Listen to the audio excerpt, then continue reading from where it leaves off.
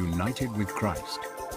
Meet local churches with open doors, serving throughout the Border Valley community and sharing the truth and hope of God's love and salvation. A presentation of Life Christian Broadcasting Television. And now, United with Christ.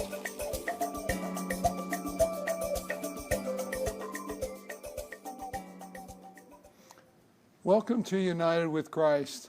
I'm Wally Chapman, and I'm happy to be your host today. Many of you will know that I was pastor at Park Hills for 40 years. Well, today I'm happy to introduce the new minister at Park Hills. He's been there 3 years, but with COVID and with everything else, it wasn't an opportunity. Matthew Mitchell came from California, right? Yes. What part of California? I was born and raised in Southern California. Okay. Yeah. Okay. And so there's not a lot of difference between El Paso. There's mountains, there's deserts. There's mountains, there's deserts, there's no ocean. That's the only plenty of difference. beach. But plenty of beach, yes. Right, right. Well, Matthew and his wife, you've been married how long? We've been married 14 years. Okay. And we have 3 boys. Okay. And when your wife got pregnant and you went to the doctor, you got some shocking news, didn't you? Yes, it was with our second son. We had our first son, Elijah. 5 years later, God finally blessed us with our son, Josiah. When Josiah was, my wife was 12 weeks pregnant with Josiah, and as she woke up not feeling good. She was vomiting some black chalky stuff, and so I rushed her to the emergency, and come to find out that there was something wrong with Josiah. They diagnosed him with prune belly syndrome. Prune belly? Prune belly syndrome. Okay. Prune belly syndrome, what that is there's a blockage in the urinary tract of the child. And the amniotic fluid, children will drink in the amniotic fluid and then release it, and then it just cycles through. Because there was a blockage, the amniotic fluid wasn't coming out. And it backed up into his bladder and his kidneys, which stretched them out. The reason why they call them prune belly is because when they're born, they have to drain the bladder and the kidneys, and their stomach looks like a prune because it's been distended. And so we come to find out that he had prune belly syndrome. Most prune bellies don't make it full term. They die in womb. And those that do make it, 50% of them don't reach age 2. Okay. So 50% die before age 2. And then those who make it past age 2, they're not potty trained till 5 and don't walk till they're about 7. So there's a lot of issues, a lot of problems when they have prune belly syndrome. And it affects 1 out of every 40 children in the United States. And but it's not well-wide known. And so there's not a lot the doctors know about prune belly syndrome, what causes it, how to fix it, things like that. As we were in the emergency, of course, my wife was their first primary because she came in sick. And so the Josiah was secondary. And so they were trying to find out what was wrong with my wife. They thought that her appendix needed to be taken out, and they were going to terminate Josiah. And because of the surgery, they were going to terminate him first and then do the surgery, rather than do the surgery and see if he makes it. We told them no. We don't believe in abortion. We believe in life. We choose life, and so we asked them not to, and they were going to insist. They were insisting. In fact, they almost forced her to terminate before the surgery. We asked for a second opinion.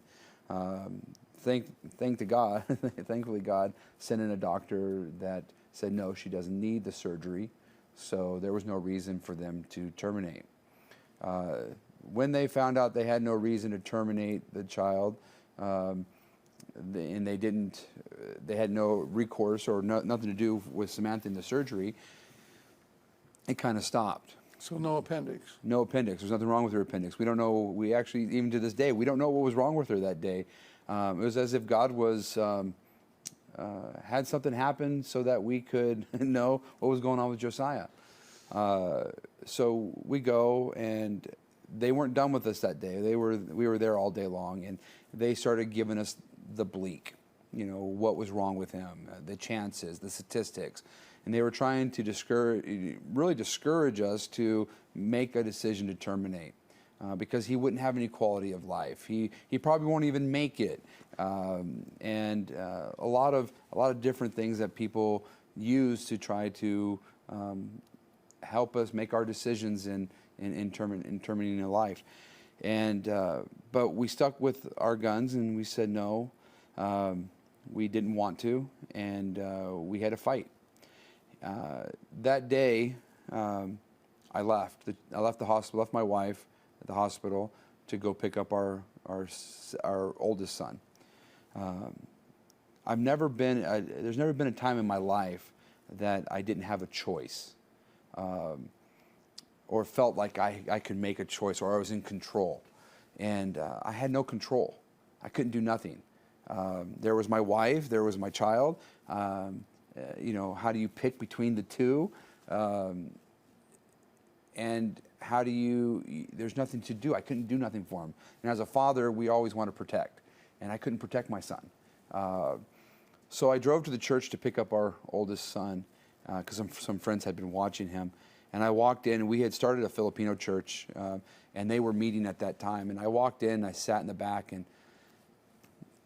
just everything was just drained out of me. And as I sat there, they started singing a song, and it was "My God Reigns." And it was as if God was gently reminding me, hey, you don't have control, but I do. I reign, and I will take care of this.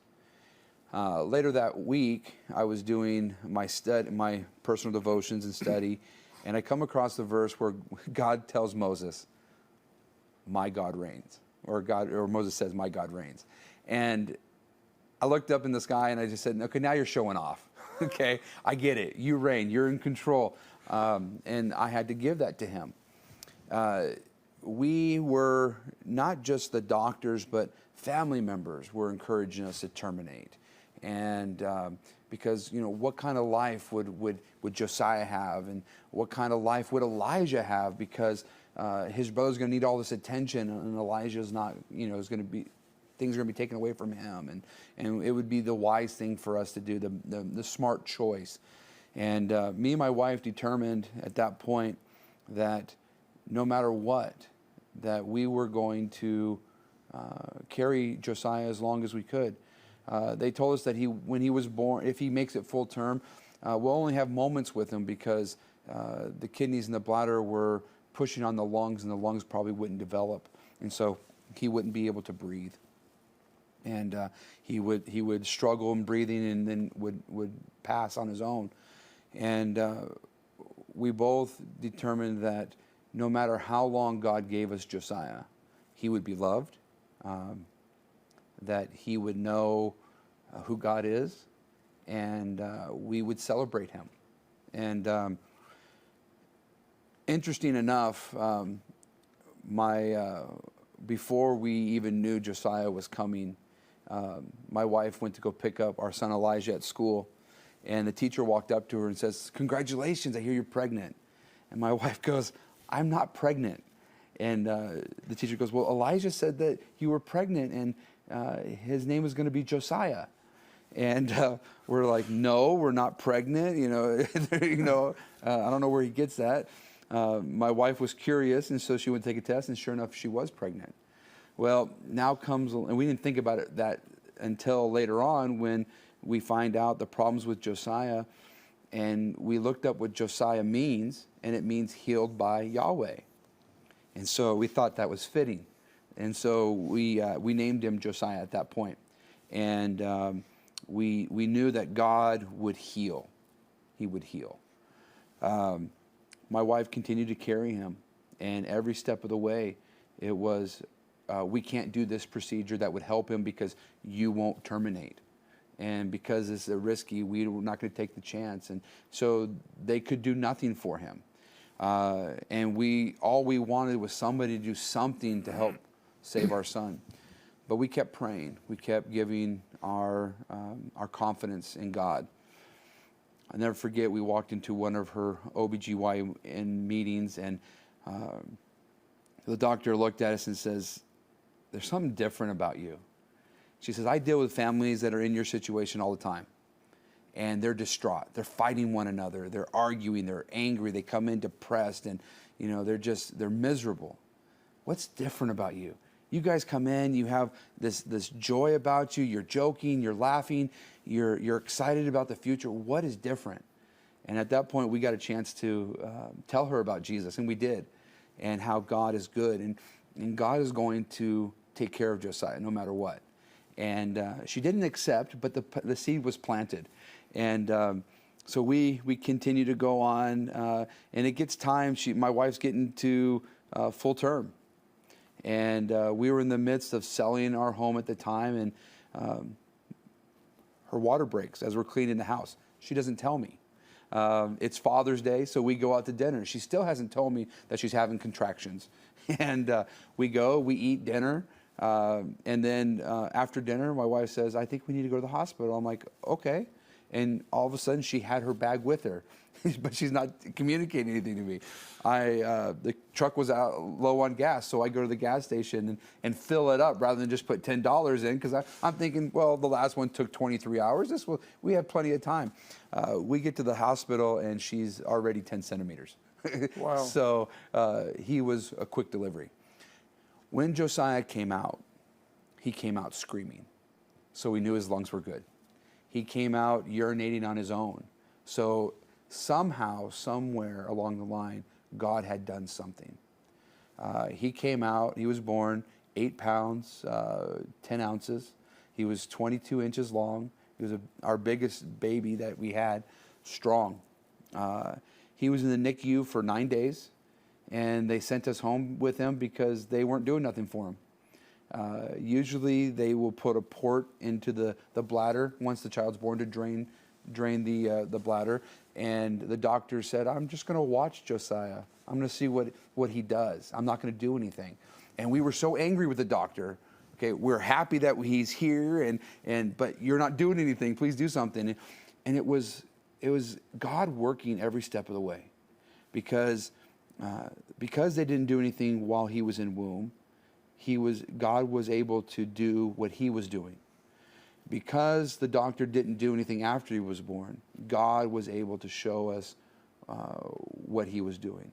Because they only found one kidney when he was in womb, and that kidney died off. But what God was doing was growing Josiah's second kidney.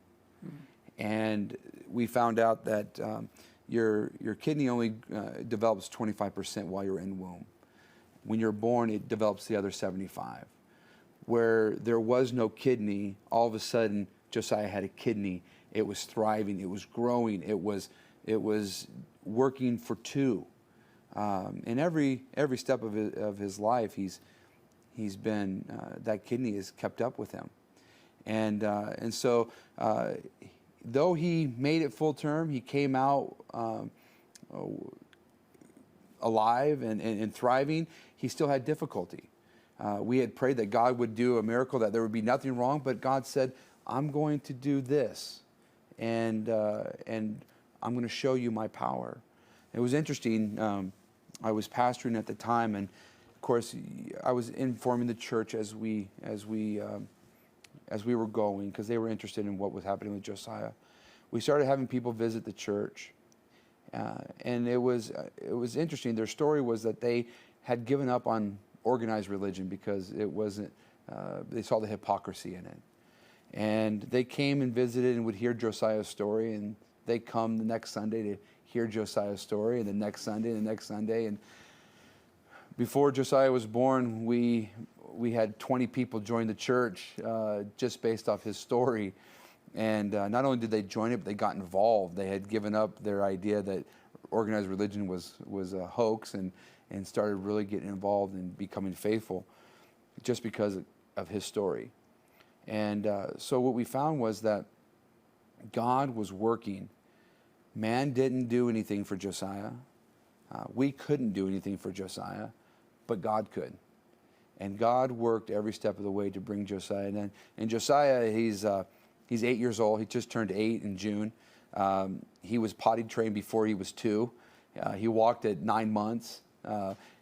He's stubborn, he's strong, and he's very opinionated. And the things that I struggle with about his personality are the very things that God gave him to help him to survive, to be a survivor. And I look at him now, and I love his personality. He is one of the most loving children. He's a protector of those who are weak, and he's just one who loves what is right and what is true. He loves God. Last year I got to baptize him because he accepted Christ as his Savior. And I go back, all these things, I see him, he's playing baseball, which most prune bellies, because the stomach muscles don't develop properly, can't or shouldn't play sports because there's always that danger. He's playing baseball, and he's the catcher. The ball is being thrown at him all the time. And I look at all this, and I look at his life, and I wonder what would life be if we had listened, if we had given up what we stood for and not fought the fight, and we had given in to all the pressure that was around us and terminated his life. Where would we be? I'll tell you, we'd be without one of the greatest blessings that we have. Sure. And he's our son. And many people that we have met throughout the years, the doctors have told them of the horrors that they're about to face. And some of them have terminated and some of them haven't. And it's always amazing what God does when we value life and we preserve it. When we are faithful, he is faithful. And he may not answer completely what we ask, but I wouldn't have it any other way, because I got to see God's goodness. And others got to see God's goodness in the life of Josiah. And I pray that that's Josiah's life, the rest of his life. He will bring people to faith because of how God was faithful to him. Now, before he was born, did you have this confidence that he's going to be like he is now, or was there a concern that he may not even live? Oh, of course, we were up for anything. Our prayer to God was, we know you're in control. If you give us moments with him, we'll cherish those. If you give us a lifetime with him, we'll cherish that. Okay. We committed ourselves to God's commitment. Interesting enough, I always pick my sermons out a year in advance. The first Sunday I was back after learning about Josiah, I had to read this. And this is what brought that confidence. And it's Psalms 139, verse 13. It says, For you have formed my inward parts. You have woven me in my mother's womb. I will give thanks to you, for I am fearfully and wonderfully made. Wonderful are your works, and my soul knows it very well. I did not pick that verse because of Josiah. Right. I had picked it back the year before when I had planned out the next year's sermons. And it was interesting that would come at that very moment. Right. And so it was God, it was almost as if God was preparing us and reminding me, not just that he reigns, but that he was forming my son, that he was putting him together. And no matter how Josiah came out, that Josiah was fearfully and wonderfully made. One of the biggest things that when there's a birth defect, a lot of people will terminate their child because they don't want that child to suffer. But what we don't understand is that we are fearfully and wonderfully made. And some of the most precious children that you will ever meet are those that don't come out what we call normal. Yeah. They are the true blessing of God to us. And they may have struggles, but God promises to always be there. He's our strength. He's our confidence. He is going to get us through there. There have been many times I didn't know how we were going to do it, but God always provided. He always made a way. He always went through.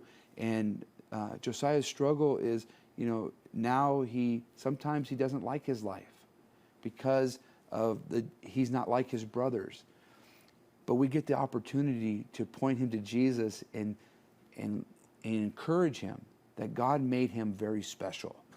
And no matter what difficulties in life, God is going to be there every step of the way with him. Yeah. I know a couple of times over the years, I'd sit and talk to Josiah, and it's hard to talk to him because he's a goer. I mean, he just never wants to be anything. But encourage him and tell him, I'm really glad that you're here and that you were born and God made you. Yes. I appreciate who you are. Even when he's running around church and may knock me over, but still, it's just so great to see. Yes. What would you say to somebody who is in the position that you are in?